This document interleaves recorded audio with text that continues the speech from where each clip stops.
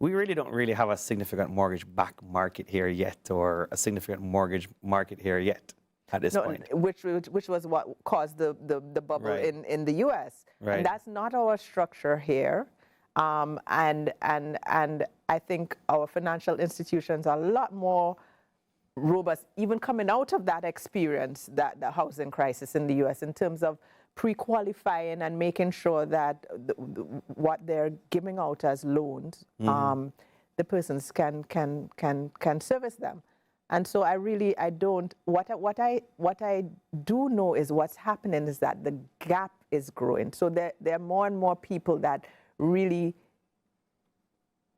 can't find that product that they can afford. That they can afford. That they can afford. Or maybe even like afford a deposit on to then absolutely. access. So the affordability issue is real, right? Okay. Because when we're earning in Jamaican, and then the dollar is depreciating, and we all know what's happening with, and inflation is happening, and you're trying to buy an investment or a real estate asset, and you just can't qualify, or you can't come up with the deposit. I mean, at Wicon, we used to have to reduce the deposit to even 5% so that persons would be able to own that property, right? So that is there. And sometimes people would even go and borrow that 5% from their credit union or somewhere. Absolutely. That is there, and that is real, and that continues, and that is growing because the economic situation is not getting easier and the prices are getting higher. With that said, you know, some of the recent T-bill auctions, you know, by the BOJ were like 7.9%, 8.4%, around there. You know, the 90-day, the 180-day. Sometimes they call it interest rates, you know, they're kind of like the silent killer. They just creep up on you. Yes. Do you think that will potentially hurt developers in the market who do borrow, or do you think interest rates could have some impact? It definitely will. I mean, even as we speak, we're going for construction loans, and the rates that I'm getting now are significantly higher than what I was getting. So you've seen a bump up? I've seen a bump up in the construction loans. In terms of mortgage rates, I don't really think that it has been passed through that significantly. But as you said, it's a little creeps. But let me qualify, it's really on the Jamaican dollar loans. Yes. The US dollar loans are pretty much in the same range as they have been, so I haven't seen that play out in terms of that. But there's no doubt about it, it's going to affect the cost of capital. Right.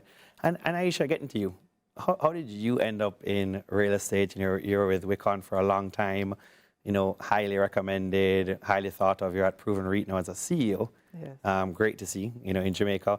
But how did you kind of get started, a passion for this? And you studied engineering. Yes. I mean, how did this all happen? So I'm a civil engineer by training. Wow. And basically I did my first degree in Trinidad, UE, and then I came to Jamaica, and Wicon was actually the first place that I worked. I went through the ranks at Wicon, just stepped away for about 2 years to do my master's in Atlanta at Georgia Tech. And of course, you're at Wicon, West Indies home contractors. So you're a globetrotter. Yes, Atlanta, I am. Caribbean. Was born in Barbados, because I'm sure everybody's hearing the accent. I was going to ask you, where's the great accent from? Is it Bayesian? It's very mixed up, because I was born in Barbados, grew up in Grenada, but I've been living here for 21 years. So I would say I'm a Caribbean girl.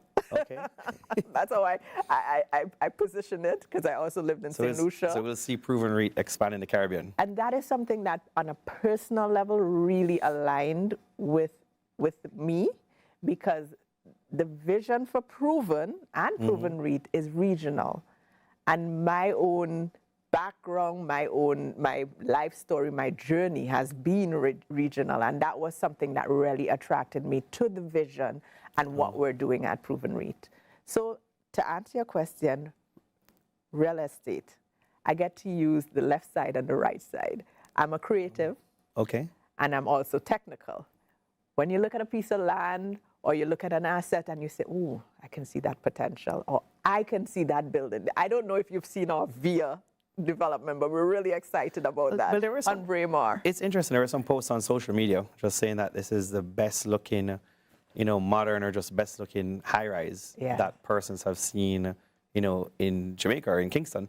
And I mean, it's interesting because, you know, you really get independent comments on social media. So it's, you know, it's not marketing. We're not pushing it in the back. But there's been, a couple of comments like that and a couple of threads that are really giving you a big up. And that is that. And thank you for that.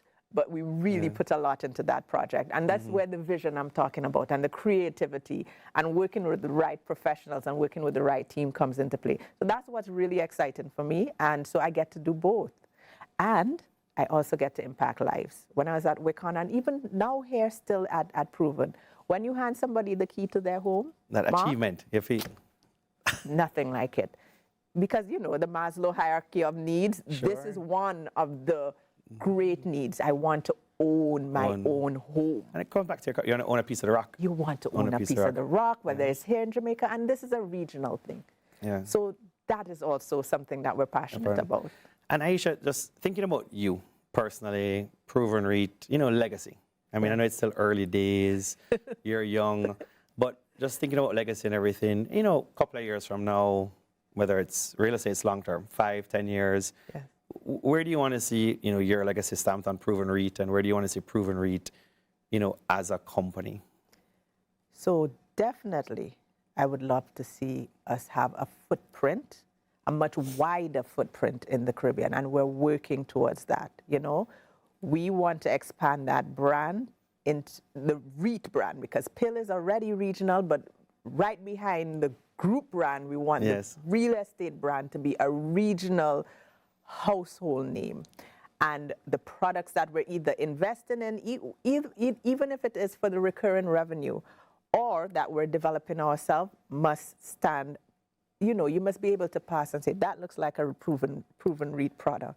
Okay, so you want to get that type of, you know, get in person's minds that that's a Proven REIT building.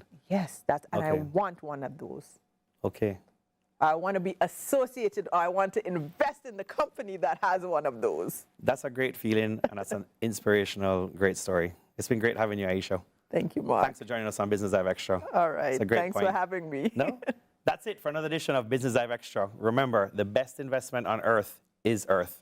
We've been talking with Aisha Campbell, CEO of Proven Real Estate Investment Trust, Limited Proven REIT. Don't forget, you can watch us online at cvm.com/videos/Business Dive Extra. Thanks for joining us.